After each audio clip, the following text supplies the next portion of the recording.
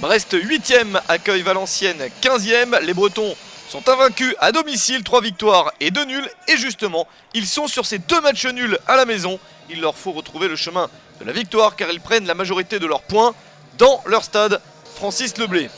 Brest est privé d'Alphonse et Sissoko blessés. Valenciennes se déplace sans un peu plus de joueurs absents. Butin, Dacosta, Roudet et Asbag. Attention à ce premier gros contact. Finalement, le jeu se poursuit sans mal. La première attaque est pour Valenciennes, mais ça n'est pas dangereux pour le gardien de Brest, Johan Hartog. Valenciennes qui reste sur 2 défaites consécutives et qui n'a pris qu'un point sur les 4 derniers matchs. Aucun but inscrit dans cette série. C'est difficile pour les joueurs de David Lefrappeur, mais ils vont se rassurer avec l'ouverture du score de Pierre Slidja. Il avait eu la première occasion du match, la deuxième est la bonne à la 33e minute, 1-0 pour Valenciennes, le poteau rentrant et le 3e but de la saison pour Slidja. 3 minutes plus tard, nouvelle attaque pour Valenciennes. Slidja à la limite du hors-jeu, mais il n'est pas en position illicite. Il s'offre un doublé en 3 minutes, 36e minute, ça fait 2-0 pour Valenciennes, 4e but de la saison pour Slidja. Un passage formidable pour les nordistes qui ont vraiment débloqué leur attaque.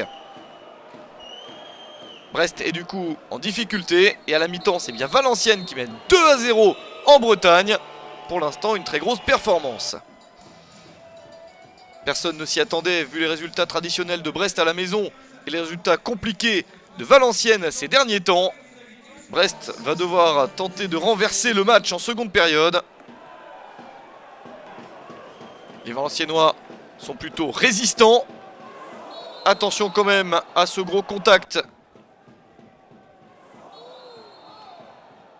Mais finalement, il n'y aura pas de blessure. L'arbitre va quand même sortir un carton jaune pour Saliou 6, le défenseur sénégalais de Valenciennes. Il avait pris un premier carton jaune à la 4e minute. Voici le deuxième à la 74e. 6 qui n'avait vraiment pas mal en renversant la civière et en sortant très en colère. Il est quand même exclu et Valenciennes doit terminer le match à 10 contre 11. Un Saliou 6 après son exclusion méconnaissable. Il refuse de quitter le terrain. Ses coéquipiers essayent de le raisonner. Il en vient à les repousser. Ça s'appelle véritablement péter un plomb parce que si son coéquipier ne le raisonne pas ici, d'autres vont tenter leur chance. Mais personne n'y arrive. Le staff au bord du terrain essaye aussi. 6 ne veut vraiment pas quitter le terrain, ça va lui coûter très cher en matière de suspension. Avec ses propres coéquipiers maintenant, il se bat quasiment. Son capitaine Younis Abdelhamid essaye à son tour de le faire sortir du terrain. Il refuse complètement, une image incroyable pour un joueur professionnel. Et évidemment complètement inadmissible. La suspension sera donc terrible pour Saliou 6, très vraisemblablement. Valenciennes à 10 a quand même une opportunité dans la foulée, mais ça passe à côté, on s'approche des tout derniers instants. 8 minutes de temps additionnel.